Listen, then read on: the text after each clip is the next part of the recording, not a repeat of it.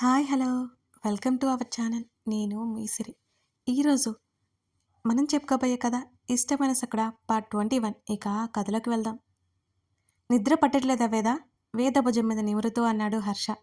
ఊహు అంటూ నెమ్మదిగా తల ఎత్తి చూసింది. ఆమె కళ్ళలోకి చూసి కళ్ళు ఎగరేశాడు హర్ష. ఈ లైఫ్కి నేను ఒక్కదాన్నే ఉండాలి, మూతి ముడిచి చెప్పింది వేద. రాక్షసి, ఇంకా అనుమానమా? ఊపిరి పీల్చుకోలేనంత గాఢంగా హత్తుకున్నాడు ఆమెని. అబ్బా చంపేస్తావా, వదులు హర్ష అంటూ విడిపించుకోబోతే, ఇంత అనుమానం ఏంటే నీకు? ముఖం అదోలా పెట్టాడు. అతని కౌగిలి నుంచి కాస్త వెనక్కి జరిగి ఊపిరి తీసుకుంది. బ్లాంకెట్ భుజాల వరకు లాక్కుని లేచి కూర్చుని బెడ్ రెస్ట్కి ఆనుకుంది. అతను ఆమె పక్కనే కూర్చోగానే అతని భుజం మీద తలవాల్చింది. నువ్వు చేసిన పనులు మామూలు పనులా? నా ముందో కనీసం 50 మంది అమ్మాయిలతో ఫ్లటింగ్ చేస్తుంటావు అంది అతని చేతిని అందుకొని. అంతవరకే, కనీసం ముట్టుకొని కూడా లేదు అన్నాడు ఆమె నడుము చుట్టూ చేతిని సవరిస్తూ. మాట్లాడుతున్నాను కదా, ఏంటి పనులు అంది. నీ మాటలే నీవి, నా పనులు నావి అంటూ ఆమె బ్లాంకెట్ చాటికి అతని చేరిపోయాడు. ఈడియట్ అంటూ అతన్ని ఇష్టంగా హత్తుకొని గోడ గడియారం వైపు చూసి ఉలిక్కిపడింది. మనం గగన్కి కాల్ చేయాలి అంది వేద. చేద్దాం, పార్టీ అయిపోయి ఉంటుంది అంటూ ఫోన్ అందుకున్నాడు హర్ష. వీడియో కాల్ చేసిన అతని ఫోన్ లాక్కుని టక్కున కట్ చేసింది వేద. బుద్ధిందా నీకు? వాయిస్ కాల్ చేయి ఆమె గయ్యమంది. అబ్బా వేద, నిన్ను చూపించనులే అన్నాడు విసుగ్గా హర్ష. నువ్వు ఇలాగే ఉంటావా అంటూ కెమెరా ఓపెన్ చేసి అతని ముందు పెట్టింది వేద. ఏమైంది, బానే ఉన్నానే అంటూ అతని జుట్టు సరిచేసుకున్నాడు. తల కొట్టుకుంది వేద.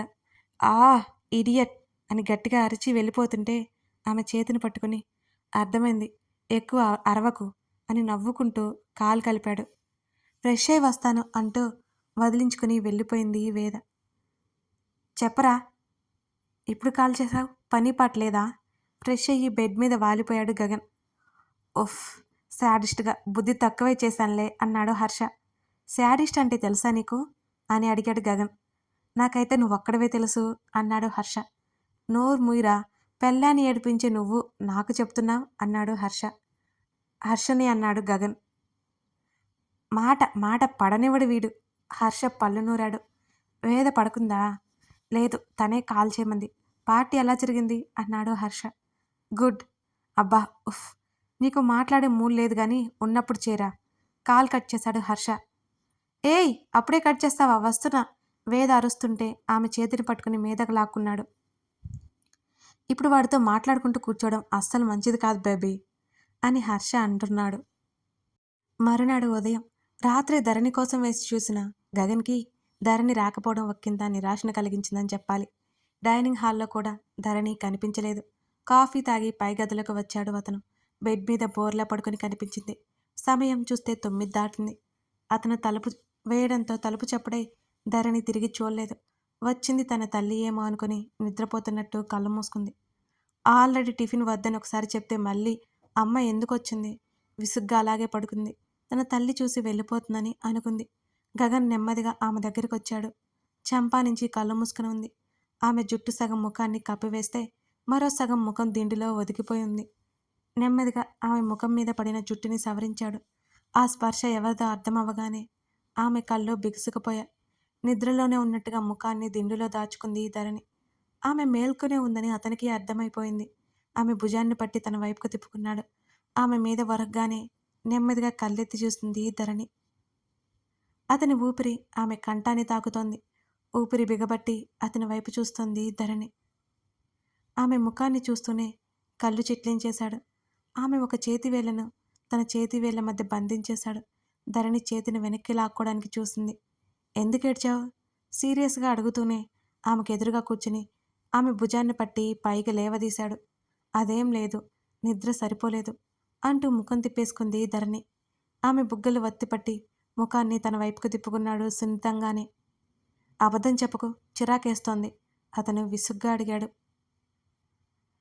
అతని 2 చేతులు పట్టుకుని తన నుంచి దూరం జరిపింది. ఆమెలో వ్యతిరేకత అర్థం అవుతూనే ఉంది అతనికి. తన్ని చూసిన ప్రతిసారి ఆమె కళ్ళల్లో కనిపించే మెరుపు ఇప్పుడు లేదు. తన స్పర్శకి ఆమె ఆస్వాదిస్తూ ముడుచుకుపోయేది ఇప్పుడు చాలా దూరం పెడుతోంది. నాకు కోపం తెప్పించకుండా విషయం చెప్పు. ఆమె చుట్టూ చెయ్యేసి దగ్గరికి లాక్కున్నాడు గగన్. ఏం చెప్పాలి? ఏం లేదు, వదలండి. దగ్గరైన ఇరు హృదయాలను గమనిస్తూ ఊపిరి భారంగా తీసుకుంటోంది. ఆమె ఇచ్చిన గౌరవానికి అతనికి మండింది. అండి అంటూ పళ్ళు నూరుతూ చూశాడు గగన్. నాకు ఇబ్బందిగా ఉంది అంటూ ఆమె విడిపించుకుంటున్న కొద్దీ అతనికి దగ్గర అవుతూనే ఉంది. తన్నులు తినకుండా సూటిగా విషయానికి రా. ఇలా పిచ్చి పిచ్చిగా చేశావంటే చంపుతా. అయినా ఆ పిలిపేంటి? నీకేం అవుతాను నేను అన్నాడు అసహనంగా. తమరే కదా ఒకప్పుడు పిలవద్దా అన్నారు అంటుంటే ఇక సహనం చచ్చిపోయింది అతనిలో. It's hurting. ఆమె నడుము దగ్గర అతని పట్టు పెరుగుతుంటే ఆమె మెల్లిగా చెప్పింది. ఏం వాగుతున్నావు అన్నాడు గగన్. అప్పటికే అతని ముఖం ఎర్రబడింది. అతను అలా చూసి భయపడి బొడబొడ కన్నీరు కార్చింది ధరణి. ఇంకొక డ్రాప్ ఎక్స్ట్రా వచ్చినా చస్తావు చెప్తున్నా. అతను గట్టిగా గదమడంతో ఉలిక్కిపడి ఏడుపు బిగబట్టుకుంది ధరణి. నిన్నటి వరకు బాగానే ఏడ్చావు కదా, ఇప్పుడేమొచ్చింది నీకు? సీరియస్గా అడిగాడు గగన్. ఊహు అంటూ పెయిన్గా ఉంది అంటూ ఆమె నడుం మీదున్న అతని చేయి చూపించింది ధరణి. ఉఫ్ అనుకుంటూ ఆమెను వదిలేసి ఇంకోసారి అడగను చెప్తున్నా. ప్రాబ్లం ఏంటో చెప్పు. నాకు ఏ ప్రాబ్లం లేదు, నేను ఫ్రెష్ అవ్వాలి. మీరు వెళ్తే అన్నది ధరణి. ఇదిగో ఇంత ఓపిగ్గా నేనెప్పుడూ లేను. తిక్క తిక్కగా వాగి తిక్కరేపకు. నువ్వు రాత్రంతా ఏడ్చి గగ్గోలు పెట్టేలా ఏ కొంప మునిగింది? విసుగు దాచుకుంటూ అడిగాడు. నిద్ర చాలలేదు, నేనెందుకు ఏడుస్తాను అని ముక్కు ఎగబిలుస్తూ అడిగింది ధరణి. అది సరే, ఏమవుతాను నీకో? కళ్ళెగరేసి సూటిగా ఆమె కళ్ళలోకి చూస్తూ అడిగాడు. ధరణి ముఖం తిప్పుకోగానే ఆమె గొంతు పట్టుకోవడంతో భయంగా చూసింది ధరణి అతని వంక. మూగి ముద్దులా ఉండకు, ప్రజరిస్తే నిమిషంలో పోతావు. టెల్మీ అని అడిగాడు అతను. అత్త కొడుకు అతను నిజంగానే పీక పిసికేలా ఉండడంతో కాస్త జంకి ధరణి నోరు విప్పింది. ఆ రిలేషన్కి ఒక పేరు ఏడ్చింది. దవడ బిగించి చూశాడు గగన్. నాకు తెలీదు అంది ధరణి. నా చేతిలో చావాలని రాసిపెట్టింది నీకు అని అన్నాడు గగన్. అంతా తమరి ఇష్టమేనా? అప్పుడు వద్దని ఇప్పుడు పిలవాలి అంటే నాకు రాదు, నేను పిలవను అని ఏడుస్తూ చెప్పింది ధరణి. ఆమె ఏడుపు అతనిలో ఇరిటేషన్ని పెంచింది. అయినా ఏడుస్తుంటే కూడా ఇంత ముద్దుగా ఉందేంటి అని కూడా అనిపించింది ధరణిని చూస్తుంటే అతనికి. ముద్దొస్తున్నావు నాకు అనిపించింది చేయడం అలవాటు అని ఆమె బుగ్గలు లాగి పెదవులు ముడివేశాడు. ఆమె కళ్ళు చేపకలలా టపటపలాడే అతను చేసిన పనికి. అతను వదిలిన క్షణం చప్పున అక్కడి నుంచి పారిపోవడంతో క్రాకా అని అడుగుతూనే ఆమె డ్రెస్ పట్టి లాగడంతో అతని చేతిలోకి సగం చిరిగి వచ్చింది. ఆ హఠాత్ పరిణామానికి ఆమె కళ్ళు కోడిగుడ్లంతయ్యాయి. గబాల్న గోడకి ఆనుకుని బిగుసుకుపోయింది. అతని చేతిలో మిగిలిన ముక్కని చూసి, ఉఫ్, ఏదో జరిగితే గాని నీకు మనశ్శాంతి ఉండదు అంటూ చేతులది పక్కకి విసిరి ఆమెను సమీపించాడు. ధరణి నీలిక్కిపోయింది. భుజం దగ్గర చేత్తో గట్టిగా పట్టుకుంది. ఏం పర్లేదు, నేనేగా, ఇలారా అని పిలిచాడు. ఊహు. ధరణి అడ్డంగా తల ఊపి కదల్లేదు అక్కడి నుంచి. డౌట్ లేదు, మెంటల్ నీకు, ఇంతవరకు తెచ్చావు అంటుంటే నువ్వెళ్ళు అంది ధరణి. వెళ్ళను, నీ తిక్కని సరిచేసి గాని వెళ్ళను. కూల్గా ఉంటున్నాయని ఓవరాక్షన్ చేశావంటేనా అతను చెప్తుండగానే తలుపు కొట్టిన శబ్దం. ధరణి భయం భయంగా ఆ తలుపు వంక గగన్ వంక చూసింది. అమ్మో, ఇప్పుడు మమ్మీ వస్తే అంటూ పైకే చెప్పి ఇప్పుడేం చేయాలి అంటూ మళ్ళీ ఏడవసాగింది ధరణి. చుప్ అతను కసరడంతో పెదవులు బిగించి చూసింది అతని వంక. అతను వెళ్తుంటే టక్కున అతని చేతిని పట్టుకుంది ధరణి. ఎక్కడికి కంగారుగా అడిగింది. వినిపించట్లేదా డోర్ ఓపెన్ చేయడానికి అని గగన్ అంటుంటే నువ్వు తీయొద్దు, నువ్విక్కడ ఉన్నావని తెలిస్తే అంది కళ్ళు పెద్దగా చేసి చూస్తూ. అయితే ఏమవుతుంది, వెళ్ళు వెళ్ళు అని చాపగట్టావు కదా, వెళ్తున్నా అంటూ ఆమె చేతిని వదిలించుకున్నాడు గగన్. అబ్బా, ఇప్పుడు ఎవరు చూసినా చండాలంగా ఉంటుంది, ప్లీజ్ వెళ్ళకు అని ఏడు మొహం పెట్టి అతన్ని బ్రతిమాలింది ధరణి. వెళ్తాను అన్నాడు గట్టిగా. ధరణి ఒక అడుగు ముందుకు వేసి అతని నోటి మీద చేయి పెట్టింది. బయటికి వినిపిస్తాయి మాటలు అని. ఈ గదికి బాల్కనీ కూడా లేదు అని విసుక్కుని ఇప్పుడు ఎలా, ఇప్పుడు ఏం చేయాలి అని భయపడి అటు ఇటు రాబోతూ కంగారు పడుతున్న ఆమెను దగ్గరికి లాక్కున్నాడు గగన్. ధరణి, ఏం చేస్తున్నావు? రేవతి అరుపు వినిపిస్తోంది. అమ్మ వచ్చింది. నువ్వు నువ్వెక్కడికి వెళ్తావు? ఆమె కంగారుగా అడిగింది. నేనెందుకు వెళ్తాను? నీ దిక్క కుదిర్చిపోతాను అన్నాడు గగన్ ఏమాత్రం భయం లేకుండా. అబ్బా అంటూ విసుక్కొని అతన్ని వదిలించుకొని, అమ్మ స్నానం చేసి వస్తాను, నేను అరగంటలో వస్తాను అని లోపల నుంచి ధరణి కేక వేసింది. ఒకసారి తలుపు తెరు, నిన్న నగలెక్కడ పెట్టావు? రేవతి పిలుస్తోంది. తర్వాత రా, జాగ్రత్తగానే ఉన్నాయి. ఇప్పుడు నన్ను ఇరిటేట్ చేయకు తల్లి మీద అరిచి అనుమానం తెప్పించింది రేవతికి ధరణి.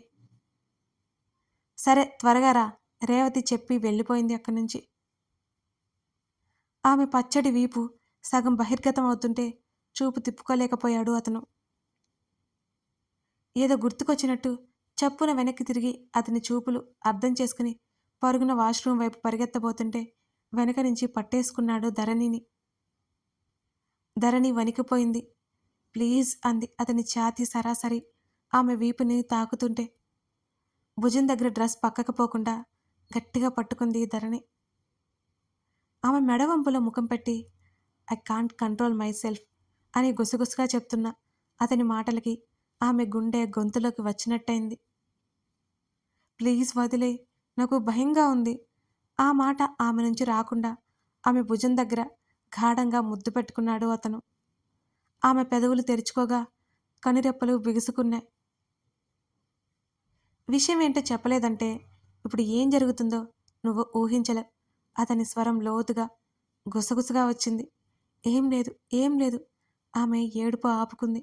సరే చెప్పకు. ఆమె భుజం మీద డ్రెస్ పక్కకి పోతుంటే చెప్తాను చెప్తాను అంటూ భయంగా దూరం జరగాలని చూసింది ధరణి. అతని ముఖం కోపంతో ఎర్రబడింది. తను ముట్టుకుంటే ఆమె భరించలేకపోవడం అతనికి చెప్పలేనంత అసహనంగా ఉంది. తను ఏదో చేస్తాడని ఆమె భయపడ్డా మరింత దరిద్రంగా అనిపించింది. ఆమెను విసురుగా వదిలేశాడు. అతని వైపు తిరిగింది ధరణి. సూటిగా ఆమె కళ్ళలోకి చూస్తుంటే అది అది నీకు అత్త సంబంధం చూస్తోంది, వేరే ఎవరినో అంటూ చెప్పింది. వాట్? కళ్ళు చిన్నవి చేసి చూశాడు. ఆ, నీకు అత్త సంబంధాలు చూస్తుంది, అందుకే నాకు బాలేదు అంది తలదించుకొని. ఆమె తల మీద గట్టిగా పొడిచాడు. Are you mad? చిరాగ్గా అడిగి, రీజన్ ఇది కాదు అని తెలియాలి, అప్పుడు చెప్తాను నీ సంగతి అన్నాడు గగన్ సీరియస్గా. ధరణి అతన్ని చూడలేదు. పీజీకి వెళ్ళాలి అని చూశావో నా రియాక్షన్ నువ్వు ఊహించలేవు. మరింత సీరియస్గా చెప్పి, నువ్వు చేసిన రచ్చకి ఉఫ్, ఇంకాసేపు ఉంటే నీ చెత్త రీజన్కి కొట్టినా కొడతాను అని అక్కడి నుంచి గగన్ వెళ్ళిపోయాడు. ఆమె శిలలా చూస్తుండిపోయింది. ఉదయమే అమృత శృతి వెళ్ళగా ఆ రోజు సాయంత్రం రేవతి ప్రతాప్ ధరణికి జాగ్రత్తలు చెప్పి అక్కడే ఉండమని చెప్పి వెళ్ళిపోయారు. గగన్ ఆఫీస్కి వెళ్ళినట్టు తెలిసింది. అత్తా, నన్ను పీజీ దగ్గర వదలమని చెప్పవా అని అడిగింది మాలవిక. అదేంటి ఉండట్లేదా నువ్వు? మాలవిక ఆశ్చర్యంగా అడిగింది. ధరణి ఎందుకంత పట్టుబట్టిందో ఆమెకి అర్థం కావడం లేదు. ఇంకో 2 నెలలు అంతే కదా అత్తా, నాకు ఇంట్లో ఉంటే బుర్రకి ఎక్కదు, అర్థం చేసుకో, కోర్స్ అవ్వగానే ఇక్కడే ఉంటా అని బ్రతిమాలి ఒప్పించింది ధరణి. గగన్ రాకముందే తను వెళ్ళిపోవాలనేది ధరణి ఆలోచన. మిట్ట మధ్యాహ్నం కళ్ళు తెరిచింది వేద. భారమైన శరీరంతో లేచి కూర్చొని ఆవలిస్తూ చుట్టూ చూసింది. హర్ష కనిపించలేదు. తన శరీరం మీద అతని షర్ట్ ఉంది. దాన్ని తడిమి చిన్నగా నవ్వుకుంది. హర్ష కేక వేస్తూ ల్యాంప్ టేబుల్ మీద తన మొబైల్ కింద ఉన్న నోట్ తీసుకుంది. అర్జెంటుగా గ్రౌండ్కి వచ్చాను వేదా, లేచి ఫ్రెష్ అయ్యి ఫుడ్ ఆర్డర్ పెట్టుకో, ఈ ఒక్కరోజు స్కిప్ చేయకు, ఇది నీ రిక్వెస్ట్ కాదు, వార్న్ చేస్తున్నా, నీ హర్ష అని చివరిలో రాసి ఉంది. అది చూసి చిన్నగా నవ్వుకొని ఆ లెటర్ పక్కన పెట్టేసి అతనికి కాల్ చేసింది. అతను కాల్ లిఫ్ట్ చేయలేదు. బిజీగా ఉన్నాడనుకొని ఫ్రెష్ అయ్యి వచ్చింది. ఫుడ్ ఆర్డర్ పెట్టుకుంటూనే హర్ష నుంచి కాల్ వచ్చింది. వేదా, లేచావా అని అడిగాడు. ఎప్పుడో. తిన్నావా? లేదు, ఆర్డర్ పెట్టాను. సరే, ఎలా ఉంది నీకు, అంతా ఓకే కదా అని అడిగాడు హర్ష.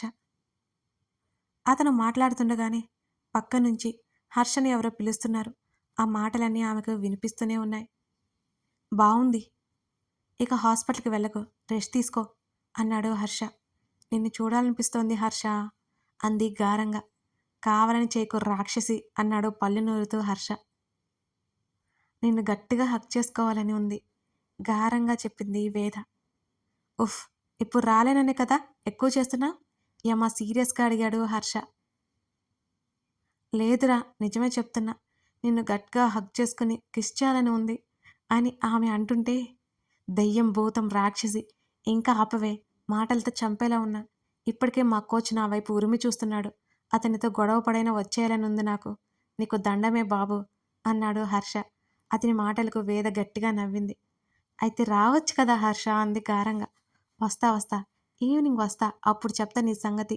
పళ్ళు కొరికాడు మరోసారి. ఉమ్మ అని ఓ తీయని ముద్దిచ్చి కాలు కట్ చేసింది అతను తిడుతుంటేనే. పొట్ట పట్టుకొని కాసేపు నవ్వుకుంది. అతని ముఖంలో ఎక్స్ప్రెషన్ ఊహిస్తుంటే ఆమెకు నవ్వు ఆగలేదు.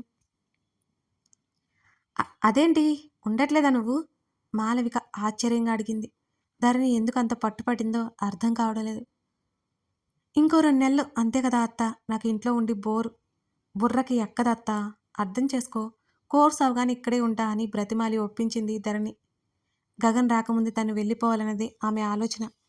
అక్కడ ఎక్కువ లగేజ్ లేకపోవడంతో ఉన్నది తెచ్చుకొని, మామయ్య కూడా లేరత్తా, కోపడొద్దని నువ్వే చెప్పు ప్లీజ్, నేను వస్తూనే ఉంటానుగా అంటూ మాలవికని హత్తుకుంది ధరణి.